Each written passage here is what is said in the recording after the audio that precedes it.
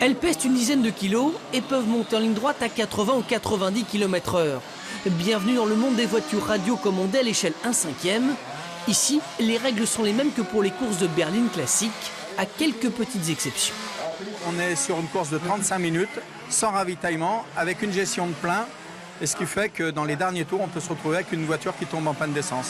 Donc réglage moteur assez pointu pour justement ne pas consommer, parce que faire tourner les moteurs vides, c'est une chose, mais ne pas les faire consommer, c'en est une autre. Une grande partie de la course se joue donc dans les paddocks. Rien n'est laissé au hasard. Des mécanos passent des heures à bichonner leurs voitures, qu'ils considèrent comme des vraies. Quasiment. Des freins à disque hydrauliques, des embrayages, enfin il y a... Ouais, ça ressemble beaucoup. Beaucoup. Ça se règle en fait comme une vraie voiture. Hein. Comme une voiture, il y a des trains, les trains roulants se règlent, il y a de la géométrie à régler, comme une vraie. Sauf que c'est à l'échelle 1/5.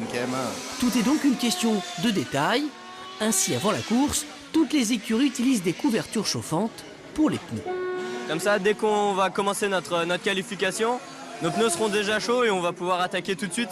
Et on n'aura pas un temps de chauffe pour le pneu sur 2 ou 3 tours et qui vont nous faire perdre un temps assez précieux pour le reste de la course. La piste mâconnaise est en effet redoutable, avec sa ligne droite et ses belles courbes. Et elle est tellement prisée qu'en juin prochain, elle accueillera une course européenne de moto radiocommandée, avant, en 2018, de recevoir un championnat du monde.